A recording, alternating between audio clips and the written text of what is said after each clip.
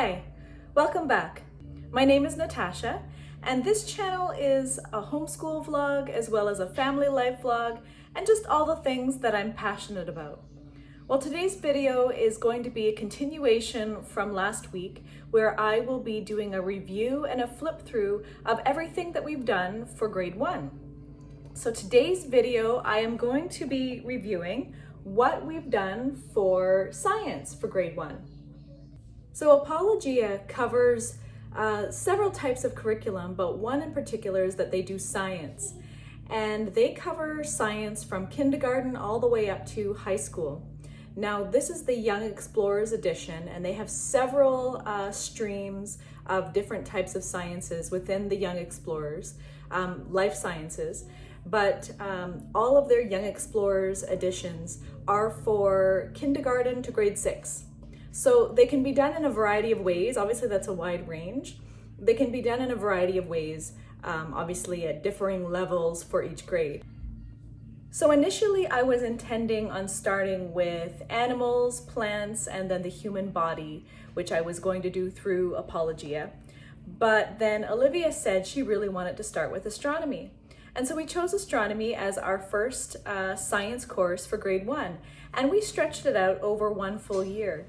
Now, at first I thought, well, I wasn't sure if astronomy would be the right thing, but we absolutely loved it. And I found out after the fact that astronomy is actually, Apologia is probably the easiest course of all of their Young Explorers. Some of them go a little bit more in depth and have a lot more vocabulary to learn, whereas astronomy, it was very interesting. I don't believe I ever learned about astronomy in school. And so I learned a lot right along with Olivia, and we had so much fun with it. So I'm going to flip through the book, but first I just want to kind of give you what we loved about it, and actually we loved everything about it, but we'll tell you what we liked about it. So Apologia's astronomy curriculum is laid out over 14 lessons. Each lesson is a chapter. Most of the chapters are all about the same, but there were a couple of chapters that were longer than the others. So in order for us to spread this out over the year, most of the chapters we did over a 2-week period, and then the extra longer chapters we did over a 4-week period. So that spread out the science curriculum we got it to end up spreading out over about a 32-week period for us to accomplish it. And so it was wonderful for us. I recommend spreading out. Some people like to get through them very quickly, and I find you don't absorb as much that way. Whereas if you take your time with the curriculum, you really can do a little more deeper searching and reading, watching videos and things like that you might not necessarily have time to do if you're going through it a bit faster. So for this year, we only got, this is the textbook, but you can also get a journaling notebook, and it also comes with science kits and audio books and things like that, extra things to help you along. We decided to just go with the textbook, and we would do our own thing with it. If Olivia was into a lot of writing this past year, I would have gotten the journaling notebook, but we decided to stick to narrating back all of our answers for most of our curriculum to limit the amount of writing that we did, because it just really kind of frustrated her and burnt her out when we did too much handwriting. And she really enjoyed retelling me what she knew, and that worked out really well. So I can tell you that Olivia really loved the activities. Every chapter, every lesson, there were 2 or 3 activities that would go along with them. Some of them were experiments, others were projects of things you might build, like a telescope. Some of them were kind of going out and looking up at the stars. And so we really loved the activities, and these were really fun for her. What I really loved is that every time you learned a single topic, so for example, you might have learned that Jupiter has 67 moons. So on that specific topic alone, each time at the end of that section, they would do review questions to go back and ask your child, okay, so what did you learn about such and such? And so you did a review step by step throughout the chapter rather than just an end of the review chapter. And so it was cumulative and in a way spiraling, which I refer to a lot. and helped kind of stick those points home and help you remember them a bit better. And then at the very ends of the chapters, they did a full final review of all the things, giving you questions to ask. So the book was full of questions that you could verbally answer back, and plus lots of activities. And so if you really don't want to spend the money, or if you really kind of don't have a lot of time to focus just on science and you only want to get the textbook, it really worked out very well. We don't really need more than that.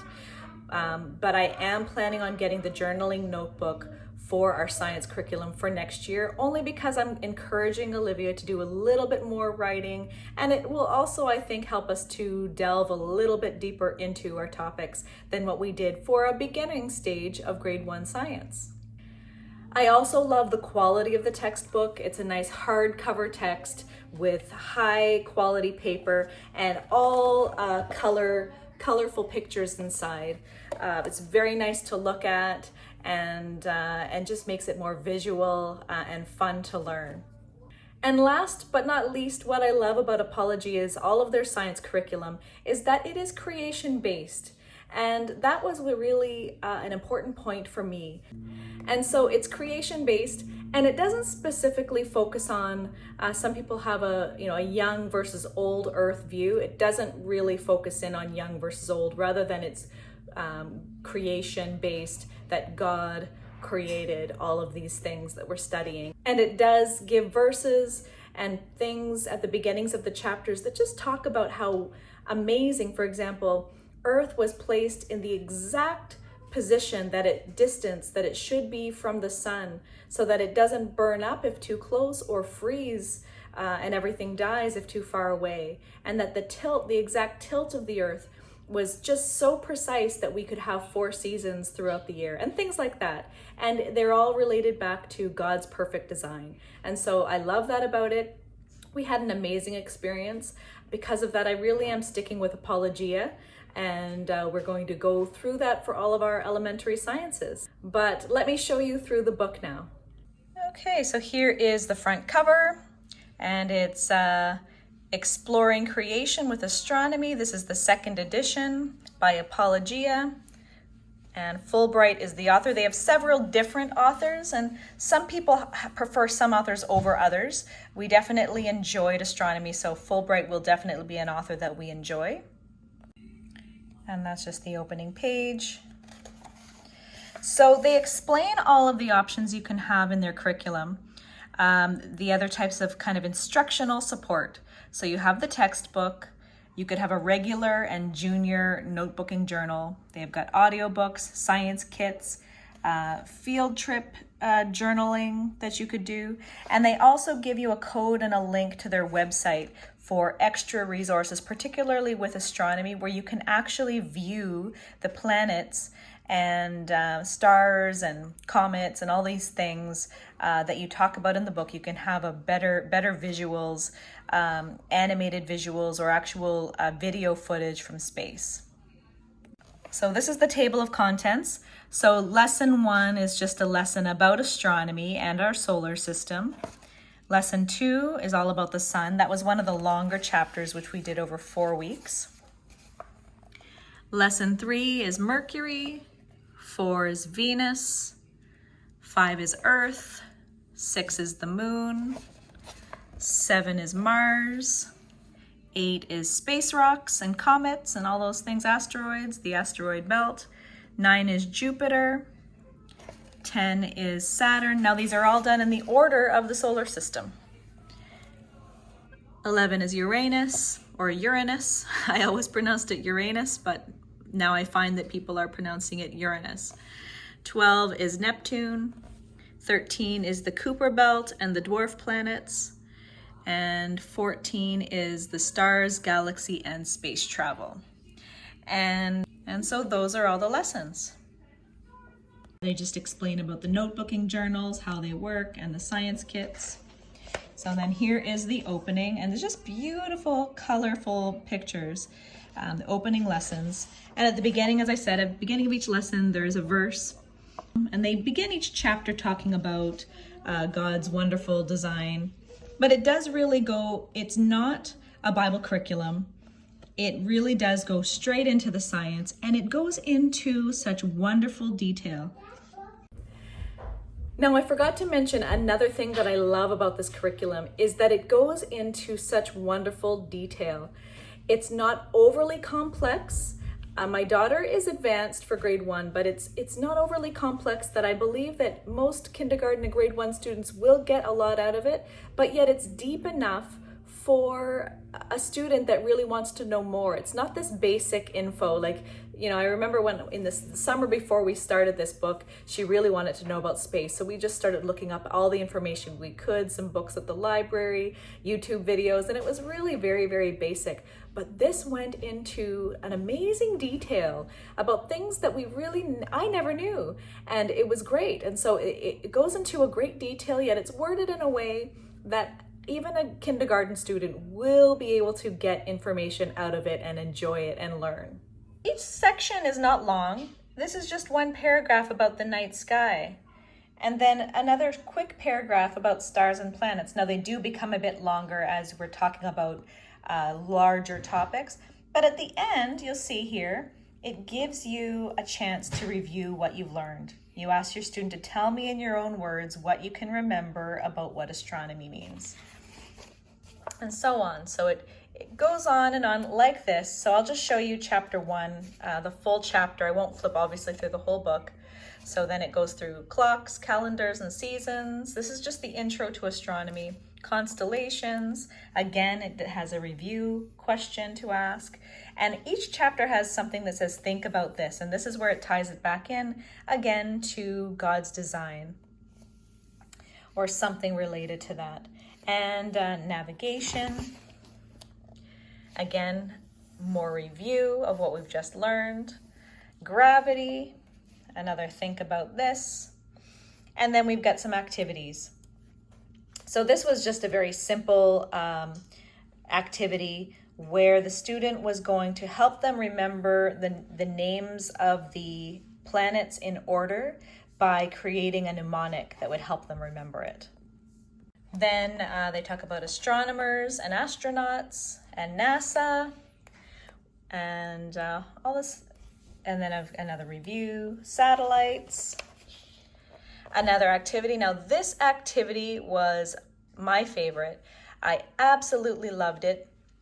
We built the solar system out of balloons, and it hung as a mobile in our homeschool room for the entire year. The balloons did shrink a bit, but they're all still there, and we loved looking up at them. And they really helped us with seeing an image of what we were learning about. And we could look up and we could picture them. And when they talked about how, you know, that Earth is the size of a peppercorn in comparison to the sun being a basketball. And so we could look at these balloons.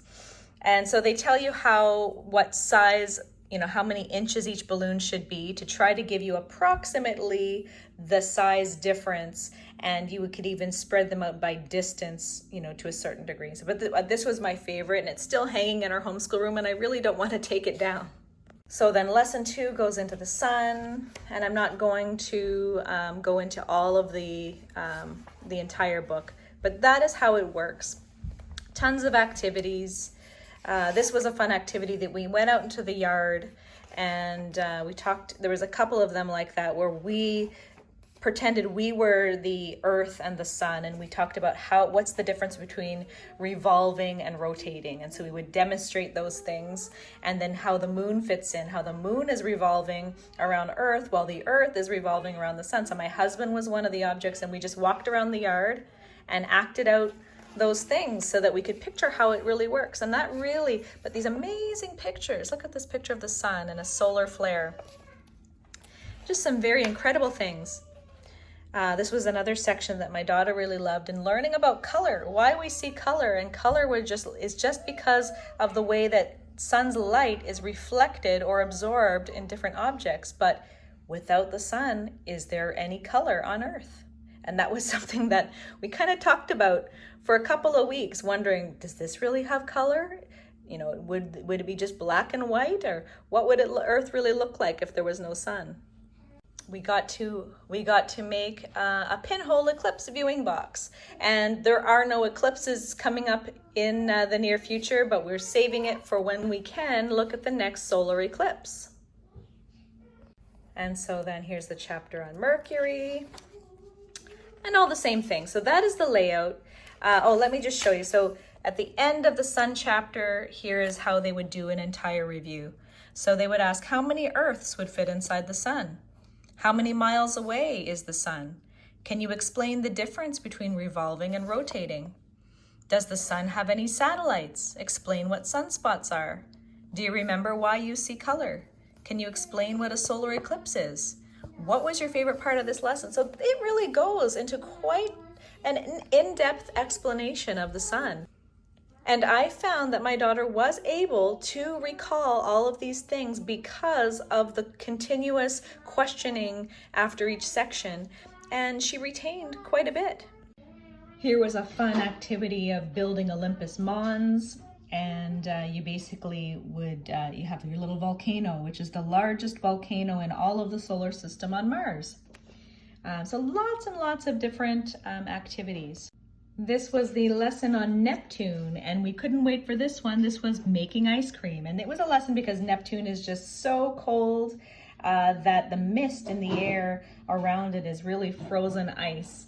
And so this was just a demonstration about how things can just turn into cold and ice so quickly. And it just talked about the freezing point and at what point do things freeze, and so you got to make some ice cream. And all of the things that they want, that all of the experiments and things are things that are easy to find. I didn't find that it would have been necessary to get the science kit. All of the things for us were very easy to find, or they're things that we already had around the house. And so, but that is our science curriculum for grade 1. We absolutely loved it. So that's all I have for you today. My next video is going to be on what are we doing for science for grade 2. So I will be doing a flip through of that curriculum, and what we have chosen is actually botany by Apologia, and we did decide to also get the junior notebooking journal. So I'll show you both of those in my next video. But thank you so much. I will see you in the next one. Bye.